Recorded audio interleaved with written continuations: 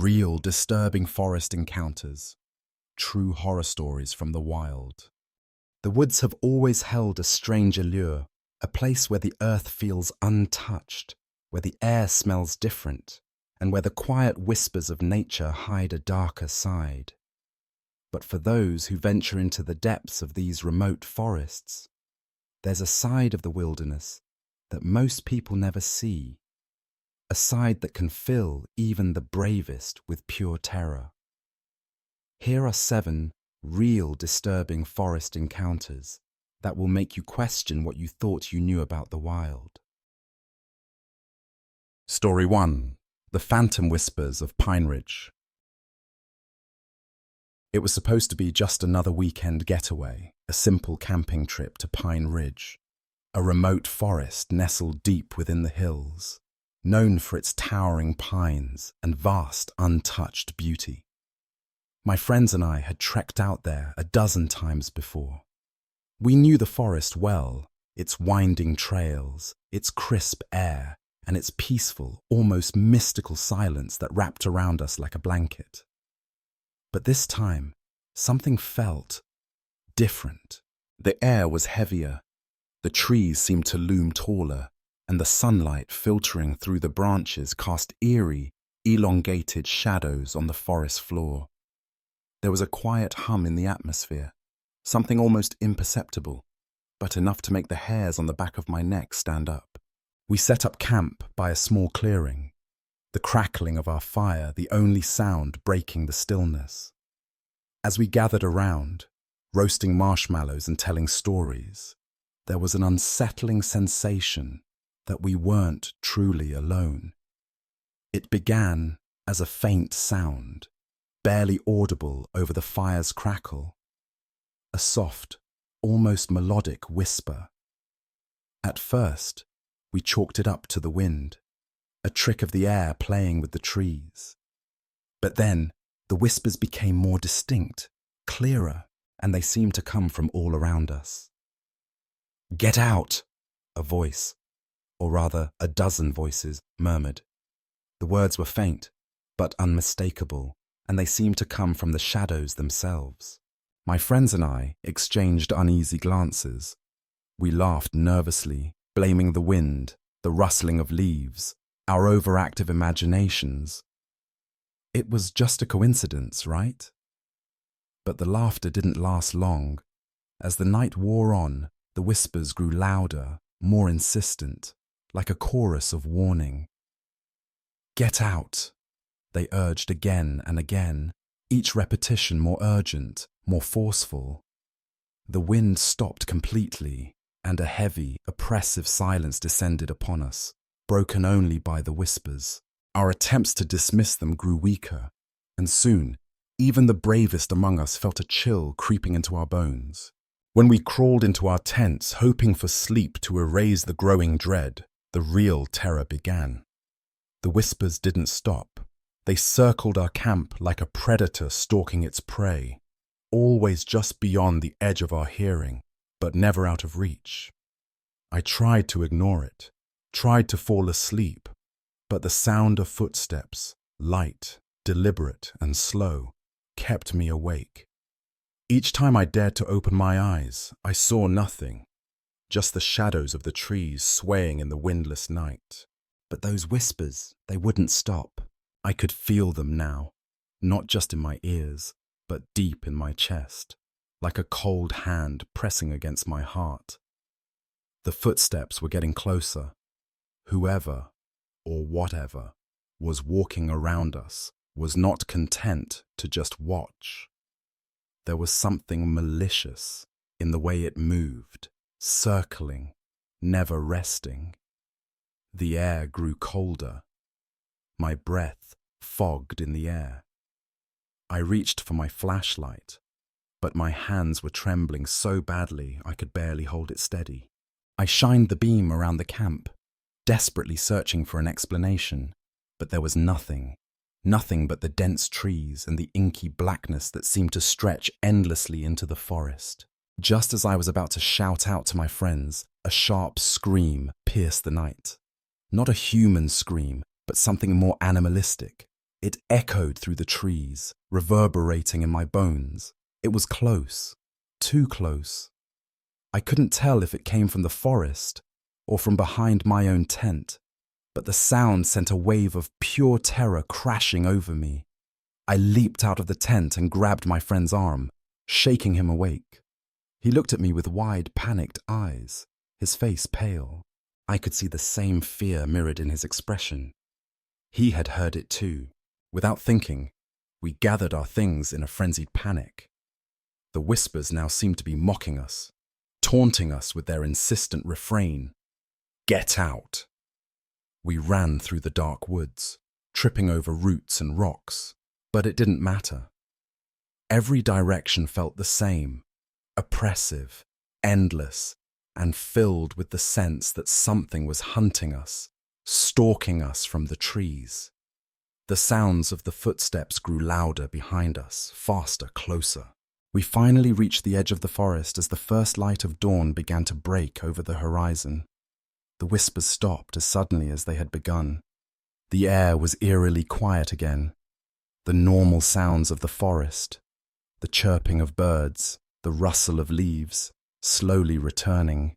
But the terror that had gripped us in those hours would never leave. To this day, we still talk about that night, still try to make sense of what happened in Pine Ridge. Was it just the wind playing tricks on our minds? Was it our fear, amplified by the isolation of the forest? Or was it something else, something far darker? The whispers were not a warning, we had thought at first. But now, I can't help but wonder if they were. If they were trying to tell us something we couldn't yet understand. Maybe Pine Ridge wasn't just a beautiful place. Maybe it was something more. Something that didn't want us there. And as I sit here, years later, I still hear the echoes of those whispers sometimes, soft but unmistakable. Get out. Story 2. The Man in the Moss-Covered Mask. The Appalachian forests are vast, ancient, and mysterious. They're known for their haunting beauty, but also for the eerie legends that linger in the minds of those who dare to venture too deep. I had heard the stories, whispers of a figure known only as the Masked Wanderer, a strange person who roams the darkest parts of these woods. No one knew who they were, or why they wore a mask covered in moss and vines, as if the forest itself had claimed their face. It was said that if you encountered them, you would never be the same. But like most people, I dismissed it as mere folklore, a chilling tale to keep travelers from wandering too far. I never expected to come face to face with the legend. It was a crisp autumn evening when I set out on a solo hike into the heart of the Appalachian wilderness. The trees stood tall and proud around me, their leaves rustling in the cool wind. The forest was quiet, save for the occasional chirp of a distant bird or the rustling of small animals scurrying through the underbrush. I felt at peace, at least until I stumbled upon a clearing. I hadn't been expecting to find one, especially not so deep in the woods. The moon hung low in the sky, casting an eerie glow across the open space. But it wasn't the moonlight that drew my attention. It was the figure standing in the middle of the clearing. At first, I thought it was a trick of the light, maybe a tree stump or a shadow cast by a nearby branch. But as I stepped closer, I realized it was a person, a man, though not quite like any I'd ever seen. He was tall, cloaked in a ragged, tattered garment that hung loosely around his frame. The hood of the cloak was drawn up, obscuring his head, but it was the face that froze me in place. The man's face was hidden behind a mask. It wasn't a normal mask. It was something far stranger. The mask was crude, made of what appeared to be thick, damp moss, intertwined with vines and leaves. It looked as though it had grown directly from the forest itself, part of the earth, part of the trees. The mask seemed to pulsate with life, as if the forest was breathing through it. I couldn't see his eyes, but there was something haunting about the empty spaces where they should have been. Dark holes like the voids of the forest itself, swallowing any light that dared to enter. For a moment, I stood there, rooted to the spot, unsure of what to do. The man didn't move. He just stood there, facing the moon, as if waiting for something or someone. My heart began to race, a primal fear stirring deep within me. The legends I had heard so many times flashed in my mind. The masked wanderer, who only appeared in the darkest parts of the forest, who never spoke, never made a sound, but who left those who encountered him with a feeling of deep unease. As I took a step forward, cautiously, trying to make sense of what I was seeing, the figure slowly turned. Not in a rush, not with any sense of urgency, but with an eerie calmness that sent a chill down my spine. And then, those dark voids beneath the mask, the eyes, or what I assumed to be eyes, locked onto mine. I felt my breath catch in my throat. There was something in that gaze, something ancient, something that didn't belong in the world I knew. Without a word, the figure took a slow, deliberate step toward me. My pulse quickened and my legs trembled. Every instinct screamed at me to run, to flee, but I couldn't move. I was frozen, caught in the grip of fear, unable to tear my eyes away from the figure in front of me. It took another step, and then another, each one bringing it closer to me. That was when I snapped back to reality. I turned and bolted, my feet stumbling over the uneven ground, my heart pounding in my chest. I could hear the soft crunch of twigs underfoot, but there was something else too. A faint, eerie sound, like the rustle of leaves. But it was too deliberate, too rhythmic. The man was following me. I didn't dare look back. My breaths were ragged, my lungs burning as I ran through the woods. The forest seemed to close in around me, the trees twisting and turning, blocking my path at every turn.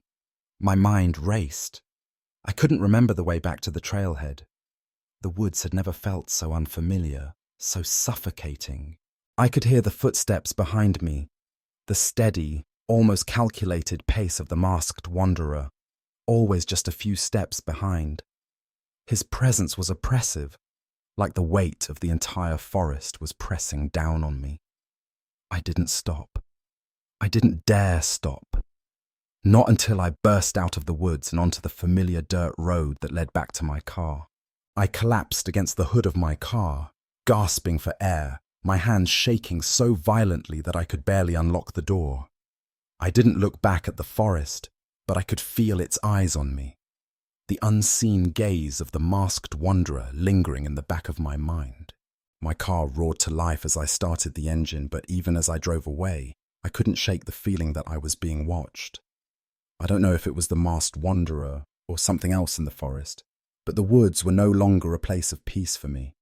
They were a place of darkness, a place where things roamed, things that didn't belong. And to this day, I wonder if I'll ever truly escape the forest, or if the masked wanderer is still out there, waiting for the next unwitting soul to wander too far. Story 3. The Eyes in the Trees. It was late afternoon, the kind of time when the sun begins to dip low, casting long shadows across the earth. The air was crisp and fresh, carrying the faint scent of pine and damp earth as we set out on a hike through the thick woods near our cabin. The forest was beautiful, peaceful in its solitude. We were hours away from the nearest town, surrounded by nothing but towering trees and the occasional rustle of wildlife. My friends and I had hiked these trails before, many times without incident. But this time, something felt off, as if the forest itself was holding its breath. At first, it was subtle, a feeling that lingered just on the edge of my awareness, like someone was watching me. I tried to ignore it, telling myself it was just the stillness of the woods playing tricks on my mind. But the further we ventured, the more intense that feeling became. It was as though the forest was alive, its every leaf and branch aware of our presence.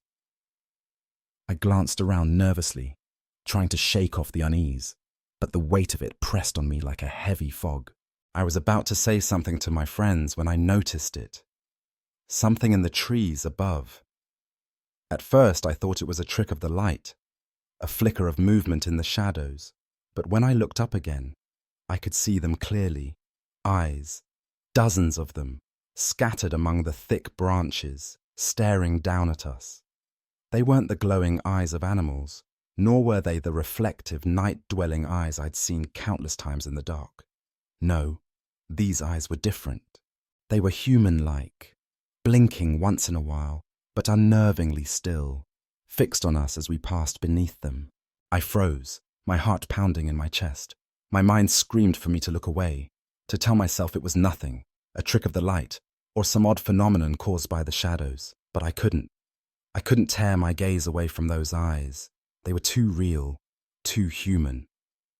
I took a slow step backward, my pulse quickening, and when I glanced away, trying to collect myself, I felt a surge of dread. When I looked back, the eyes were still there, unblinking and unmoving, watching us intently. I turned to my friends, my voice barely a whisper. "Do you see that?" They followed my gaze, their expressions morphing from confusion to unease. One of them shook his head, trying to brush it off. "It's probably just animals hiding in the trees," he said, though I could hear the uncertainty in his voice. But I couldn't shake the feeling that something was wrong. My instincts screamed at me that these weren't the eyes of any animals. They weren't the curious, fleeting glances of a bird or squirrel. These eyes were deliberate, purposeful. It felt like they were watching us, studying us. Without saying a word, we started walking faster, eager to put some distance between us and the unsettling presence in the trees. But the deeper we went into the forest, the more the feeling of being watched grew until it felt suffocating. I kept glancing nervously over my shoulder, expecting to see someone or something following us. But there was nothing, only the quiet rustle of leaves and the occasional snap of a twig beneath our feet. As we walked, I couldn't shake the sensation that the eyes in the trees weren't just there. They were moving. I swore I saw a shadow shift between the branches, a dark figure moving swiftly and silently. It was as though the forest itself was shifting, its branches and trunks subtly rearranging to hide something, or someone. My breath caught in my throat. I wasn't imagining it. There was something out there with us, something hidden, its presence masked by the thick foliage. By now, my friends had noticed my unease, their faces becoming more tense with every step. We quickened our pace, the sound of our footsteps muffled by the thick carpet of leaves beneath us. And then, just as I was about to speak up again, it happened. The feeling of being watched turned into something much darker. From the corner of my eye, I caught a glimpse of movement. Not above in the trees, but down on the forest floor.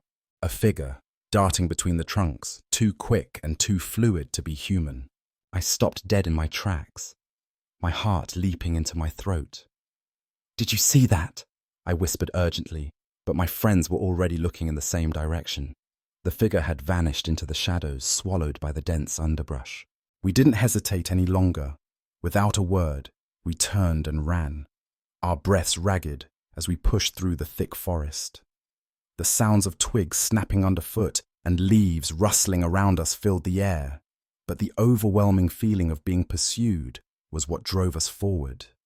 We didn't stop until we were back at the cabin, the door slamming shut behind us with a finality that felt almost like a sigh of relief. But even then, as we sat in the safety of the cabin, the air thick with tension, I couldn't shake the image of those eyes. They were still there in my mind, watching, waiting, and the memory of that figure, swift and silent, darting between the trees. I knew it hadn't been my imagination. Something had been following us that day, something that wasn't meant to be seen, I haven't been back into those woods since, and every time I glance out the window toward the forest's edge, I can't help but feel that same chill creeping down my spine, as if the eyes are still watching, waiting for the next unsuspecting soul to wander too deep into their domain. Story 4. The Silent Stranger. It was a crisp, quiet morning when Molly, my loyal dog, and I decided to take our usual walk through the woods. The sun was just beginning to rise, casting a soft golden light through the trees as we ventured deeper into the dense forest. The air was cool and refreshing, and the forest felt peaceful, almost alive with the quiet hum of nature. Molly trotted ahead of me, her tail wagging as she sniffed around the path, clearly enjoying the solitude. As we moved further into the woods, the familiar comfort of the forest began to shift.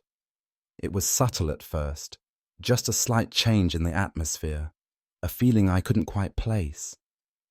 The air felt heavier, as if the forest itself had grown still, waiting for something to happen. It was a feeling I had never experienced during these morning walks, and it set me on edge. I shook it off, blaming the early hour and the thick trees that made the world seem quieter than usual. But then I saw him. At first, I thought it was a trick of the light, a shadow cast by one of the thick trunks.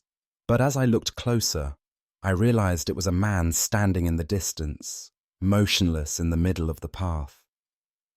He was facing forward, his body completely still, like a statue placed there by some unseen hand.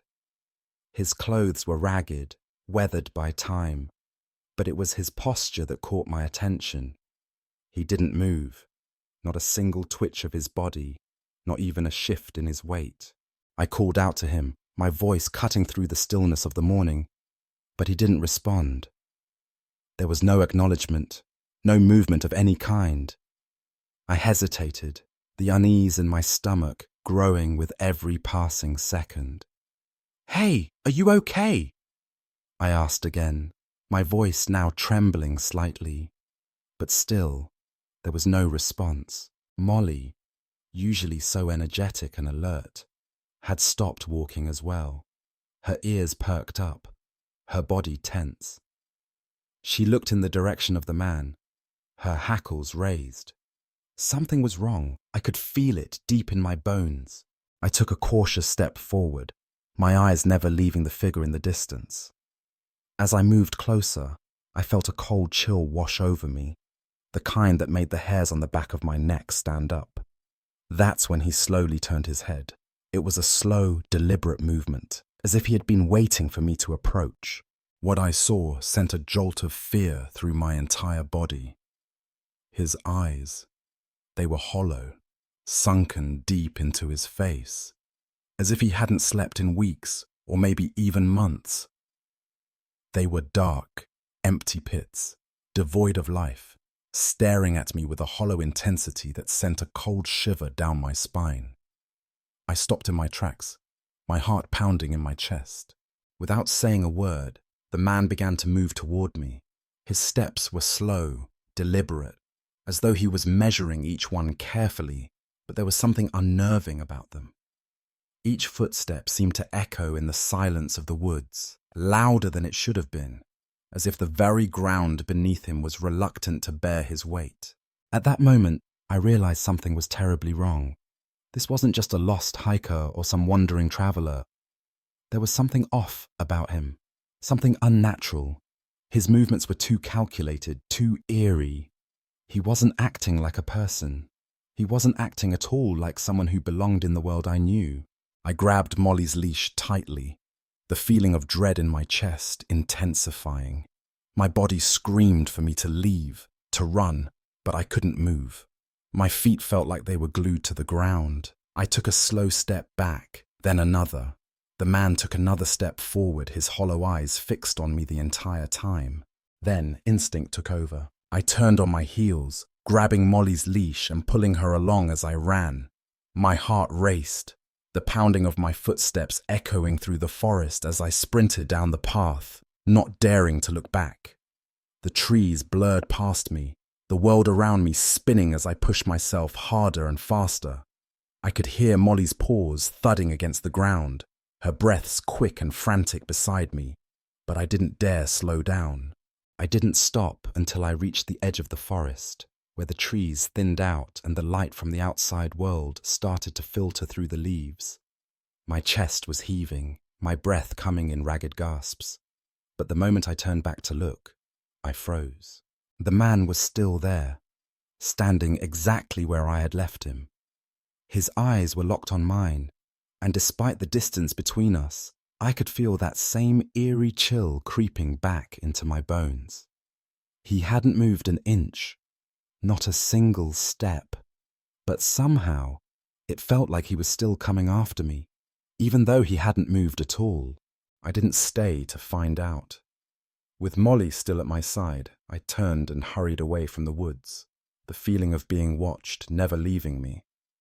My mind raced, trying to make sense of what I had seen. Was it just some man lost in the woods? Or was it something else? Something darker, something that wasn't supposed to be there? In the days that followed, I couldn't shake the feeling that I hadn't just encountered a lost stranger. There was something unnatural about him. Something that felt like he wasn't entirely human. Something that preyed on the isolated, the lost, and the unaware. Maybe he was a forest spirit, a manifestation of the woods themselves. Or maybe, just maybe, he was something far darker, something that had been waiting for someone like me to wander too far into his domain. Either way, I didn't return to those woods. I couldn't. And every time I walk Molly through the park near my house, I can't shake the feeling that we are being watched, that the silent stranger is still out there, waiting for the next unwitting soul to step into his path. Story 5. The Unseen Hunter.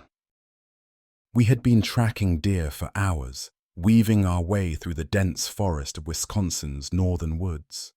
The late fall air was crisp and biting, the scent of wet leaves mingling with the earthy smell of moss and decay.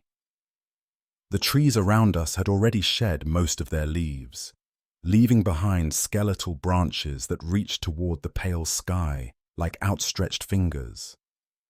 A thick fog had rolled in, hanging heavily between the trees, blurring the line between reality and something darker. It had been a successful hunt so far. My friend Jake and I had been tracking a sizable buck we'd spotted the day before, following its prints through the muddy earth. The forest was quiet, too quiet. The kind of quiet that makes you uneasy. Normally, you would hear the occasional bird call or the rustling of leaves as squirrels scampered overhead. But today, nothing. Not a single chirp, not a whisper of wind. It felt as if the woods themselves were holding their breath, watching us. I pushed through the fog, the heavy silence making every step seem louder than the last. I was getting closer to the clearing where we had seen the buck earlier, but something about the stillness was starting to get under my skin. My senses were on high alert, the hairs on the back of my neck standing at attention. I couldn't shake the feeling that I was being watched. I stopped, scanning the area. The dense fog obscured most of my surroundings, but I could swear there was something just beyond my sight. Something that didn't belong. My instincts screamed at me, but I told myself it was nothing, just the isolation of the woods playing tricks on my mind. Still, the feeling lingered, a prickling sensation that crawled up my spine and settled deep in my chest. I reached for my radio to check in with Jake, but when I pressed the button, there was no reply, just static. "Jake," I called out softly, my voice swallowed by the dense fog. Still nothing. I moved forward, my eyes constantly darting to the shadows between the trees, half expecting something to emerge from the mist at any moment. But all I saw was that same oppressive silence. I pushed the unease aside and focused on the task at hand. but the feeling of being watched only grew stronger with each passing step. It was as if the forest itself was alive, and something hidden within it was aware of my every move. Then I heard it. At first, it was faint, just the slightest sound, barely audible over the pounding of my own heart. Footsteps, soft, deliberate, and too close. My breath caught in my throat. I stopped in my tracks, frozen, my senses on overdrive. The footsteps paused as well. For a long moment, there was nothing but the heavy silence again. I turned, scanning the trees, but saw nothing. No movement, no figure, just fog and shadows. I should have been comforted by the stillness, but instead a cold wave of dread washed over me. Someone, or something, was following me. I hadn't heard them approach, but the sensation of being stalked was undeniable now.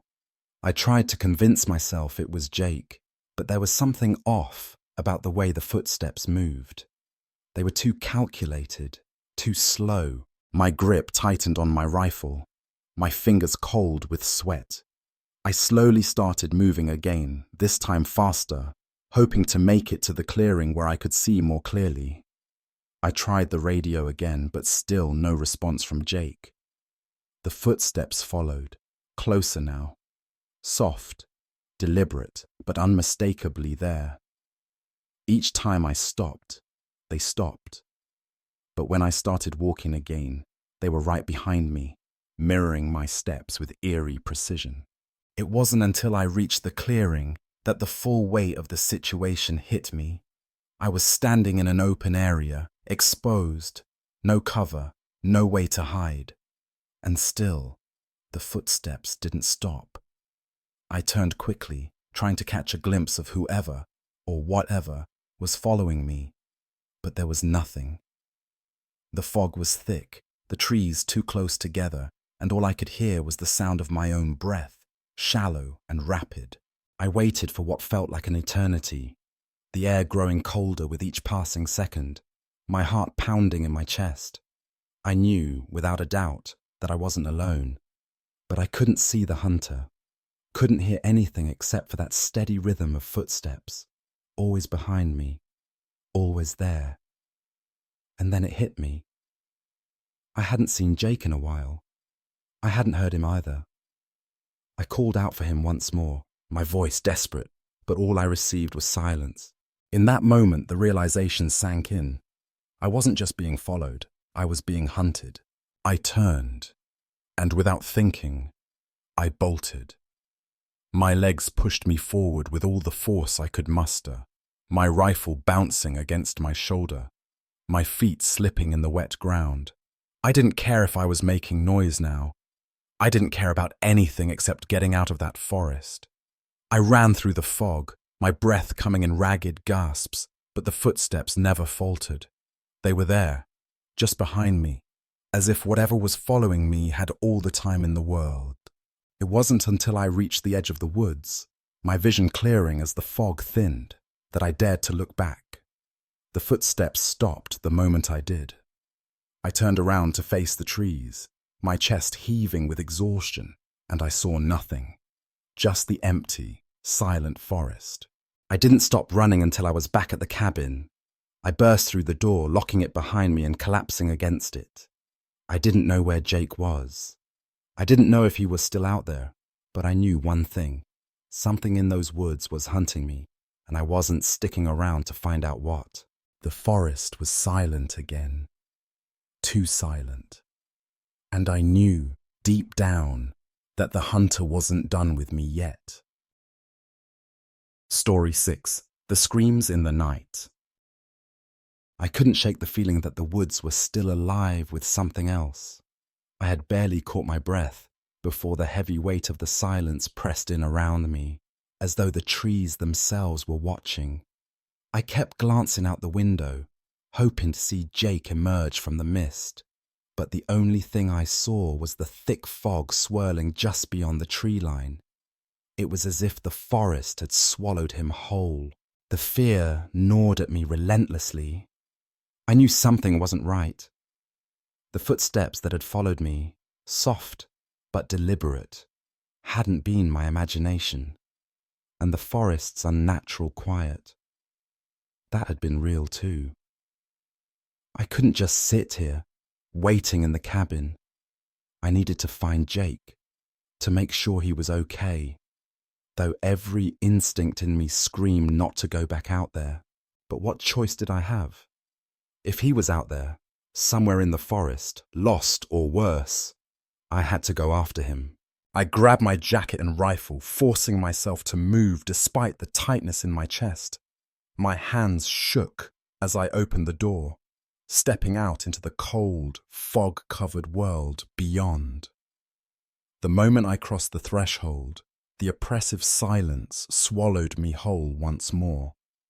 There was no sound, no movement, nothing. The air was thick, and I could barely see more than a few feet in front of me. I called out for Jake, my voice trembling with fear, but it was useless. The fog swallowed my words before they could even reach the trees. I pushed on, my boots crunching in the damp earth, my every step echoing in the stillness. The deeper I went into the woods, the more I felt the weight of the forest closing in around me, as though the trees themselves were leaning in, watching me, waiting for me to make the wrong move. And then I heard it again. The unmistakable sound of footsteps, but this time they were closer. They weren't soft and slow like before. They were heavy, deliberate, and unmistakably close. My pulse quickened, and I spun around, my rifle raised, ready to defend myself. But the fog was so thick that I couldn't see anything beyond a few feet. The footsteps stopped as I turned, but I knew deep down that whatever was behind me was still there, still watching.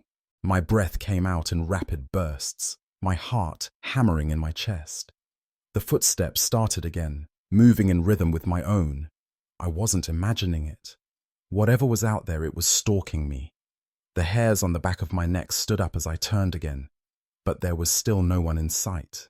"Jake!" I shouted, my voice breaking. "Where are you? Answer me!" Nothing. No answer. The forest remained deathly still. I moved faster now, but the footsteps followed me, never louder, never softer, just there. The fear began to gnaw at me, deeper and deeper, until I realized the truth. This wasn't just a man. This wasn't just some wild animal. Whatever was following me was something far worse. It was something that thrived on fear, on silence, on isolation. I had to get out of here. But the path I had taken was no longer familiar. The trees had changed. The woods I had known for years now felt alien, as if they had rearranged themselves to trap me. The fog seemed to pulse around me, shifting in ways that made no sense. I stumbled through the thick underbrush, my mind racing, trying to find my way back, but I couldn't.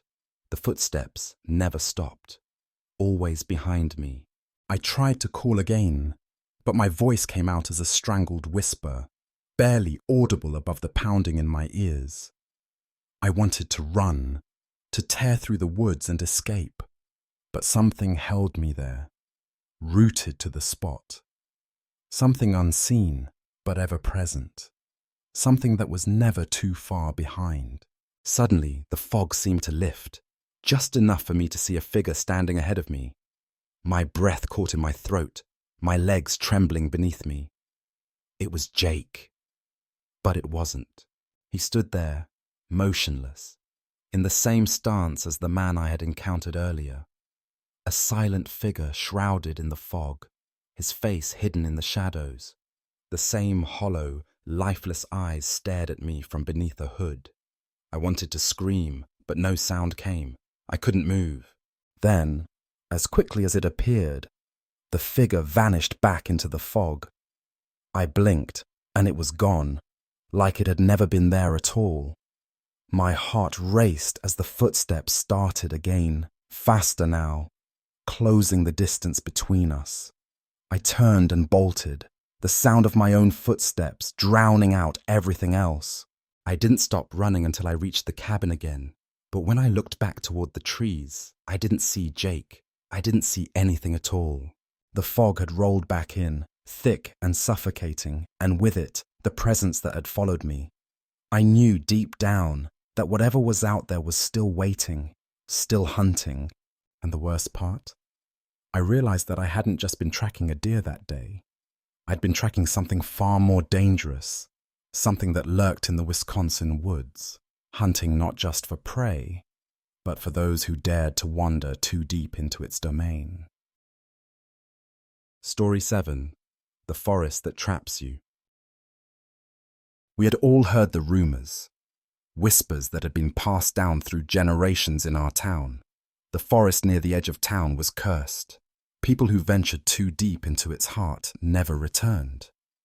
At first, it seemed like just another story to scare children, or to keep people from straying too far into the woods. But the longer I lived in that town, the more unsettling the stories became. People spoke of hearing strange noises, of getting lost in the same paths they'd walked countless times before, and of the land itself changing, as though the forest had a mind of its own. Most people dismissed it as superstition, wild tales from old-timers, too many horror movies, and local folklore blending together. But one fateful night, I found out the truth for myself. It was a warm evening in late spring, and I was feeling restless. My friends and I had grown up with those rumors, and though we'd always joked about them, the warnings had never really stuck with us. So one evening, against better judgment, I decided to go for a walk alone. I wasn't planning on venturing far, just a short stroll into the forest to clear my head. But as I walked, something inside me urged me to go deeper, further than I had ever gone before. There was a narrow trail that I hadn't noticed before, a path veiled by thick trees and undergrowth. It called to me, like a strange magnet pulling me toward it. The moment I stepped onto that trail, I felt it. A shift in the air, a subtle tension that made the back of my neck tingle. But curiosity overpowered my instincts, and I kept walking. At first, it was nothing unusual.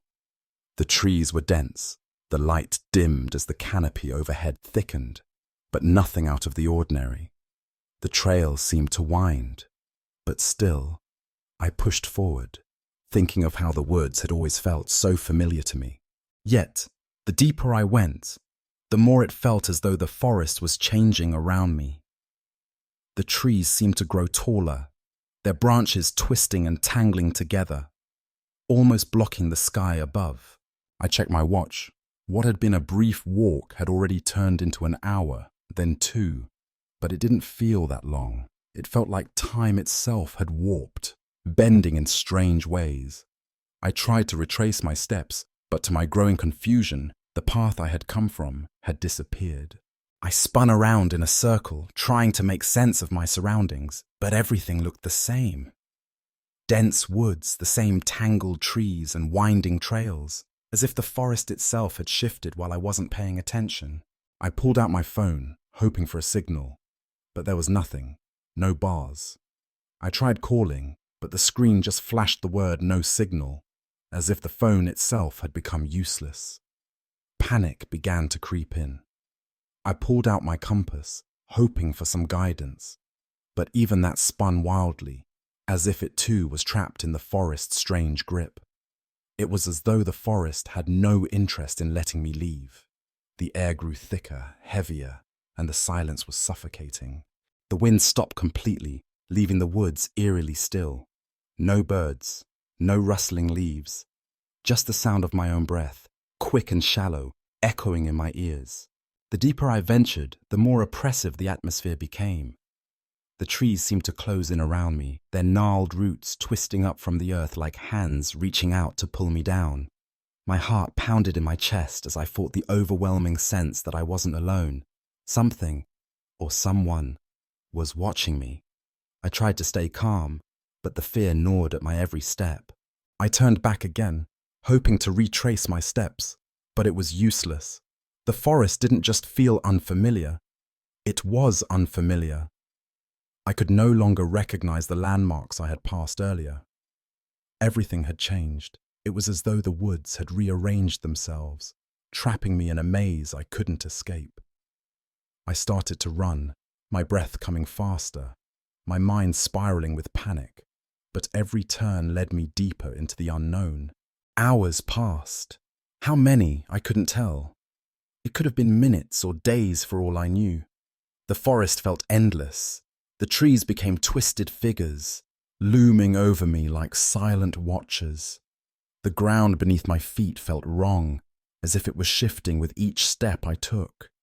I could feel something cold, invisible following me, a presence just out of sight, lurking in the shadows. It wasn't a person, it wasn't an animal, it was something older, something that didn't want me to leave. By sheer luck, or perhaps some cruel twist of fate, I stumbled upon a break in the trees, the first hint of natural light in what felt like an eternity. My heart leapt in my chest as I stepped into the clearing, and for the first time in hours, I saw the sky.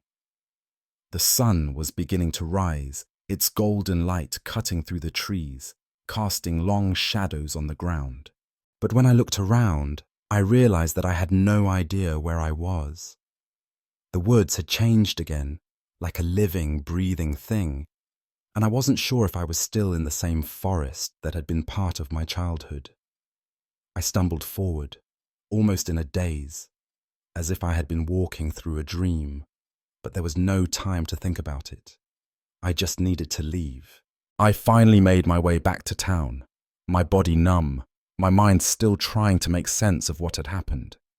The air felt different now, lighter, as though the forest had released its hold on me. But I knew, deep in my gut, that something in those woods had been watching me, something that didn't want me to find my way out. To this day, I can't explain what happened that night, how the forest seemed to shift, how I got lost in its depths, or why everything felt so unnatural. All I know is that I'll never go back to those woods again, and I'll never forget the cold, oppressive silence that pressed in around me, as if the forest itself was waiting for the next person to wander too deep, to cross that invisible line and never return. Conclusion. These encounters are not just chilling tales spun around a campfire or whispers shared among friends. They are real-life experiences that remind us of the untamed force that lies beyond the boundaries of civilization. The woods, with their beauty and tranquility, hold within them a darker side, a side that is often hidden from those who venture into their depths. Whether it's the eerie whispers that echo through the trees, the unnerving presence of an unseen follower, or the oppressive silence that distorts time itself, the wild has a way of testing our courage and making us question what we thought we knew about the world around us. These stories serve as a reminder that nature, in all its grandeur, is not just a peaceful escape. It is a force that demands respect. The wilderness, for all its serenity, hides secrets that are far older and more dangerous than we can comprehend. For those brave enough to enter, the stakes are high. The forest does not simply belong to us. It is a place where something deeper, something ancient, holds dominion. These are the spaces where the veil between our world and the unknown becomes thin. And we must remember that we are never truly alone when we step into nature's embrace. The most important lesson to take away from these stories is that the wild is not a playground, nor a place for the reckless. It is a realm that requires humility and caution. The forest, with its towering trees and quiet paths, has its own rhythm, its own rules. And when we ignore those rules, when we wander too far or venture into areas unknown, we risk losing our way, both physically and mentally. Our understanding of safety, our human need for control, crumbles in the face of nature's untamed power. These encounters show us that there are forces in the wild that are beyond our comprehension. They do not care for our plans, our expectations, or our bravado. They are older than us, and they have been here long before we arrived. But these stories are not just about fear. They are about awareness, about the importance of recognizing our smallness in the grand scheme of the world. The woods teach us that we are but visitors here, and while we may find wonder and awe in their beauty, we must also understand their darker sides. These stories encourage us to tread carefully, to respect the unknown, and to approach the wild with a sense of reverence. So the next time you decide to head into the woods, whether for a leisurely hike or a quiet moment of solitude, remember this: the forest is never truly empty. It is filled with things both seen and unseen, with histories and mysteries waiting to be uncovered. The beauty of nature is undeniable, but so is its capacity to surprise, to unsettle, and even to terrify. The wilderness is a living entity, one that watches, listens, and responds. And in its silence, we are reminded that we are never truly alone, not in the woods and not in life. Every step you take is a part of the rhythm of the land, a conversation with something far older and deeper than yourself. Respect it, learn from it, and never forget that sometimes the wild holds its darkest secrets just for those willing to listen, and perhaps for those willing to face the terror that comes with discovering them.